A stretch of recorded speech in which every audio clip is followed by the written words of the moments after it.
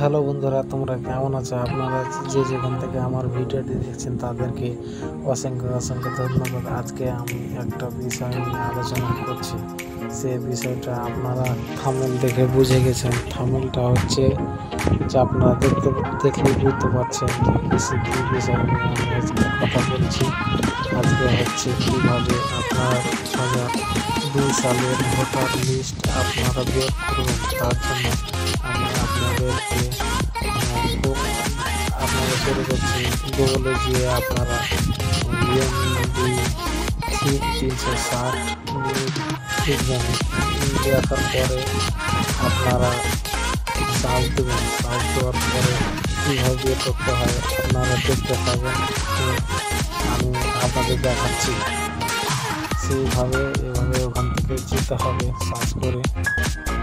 Search করার পরে আপনারা দেখতে থাকেন। আমার মোবাইলে একটু স্লো কাজ করছে, তার জন্য আপনারা দেখতে থাকেন। এই যে চলে এসেছে 360 উপকার যেটা আছে ওটা আপনাদের ক্লিক করতে হবে। ক্লিক করার পরে আপনাদের এখানে 4-5টা অ্যাপ্লিকেশান আসবে। অ্যাপ্লিকেশান আসার পরে আপনারা দেখতে থাকেন। 4-5টা অ্যাপ্লিকেশান আসার পরে ওখানে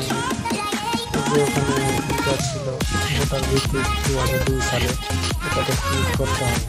ক্লিক করার পরে ওরা সময় দেবে। সময় নেওয়ার পরে আপনাদের এখানে আপনার নিচে স্ক্রল করলে দেখতে পাবেন সব জেলার নাম লেখা হচ্ছে।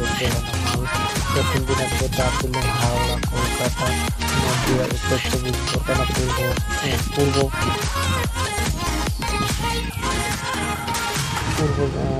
মেদিনীপুর, দক্ষিণ দিনাজপুর, এখানে যত রাজ্যে 24টা রাজ্যের নাম লেখা আছে।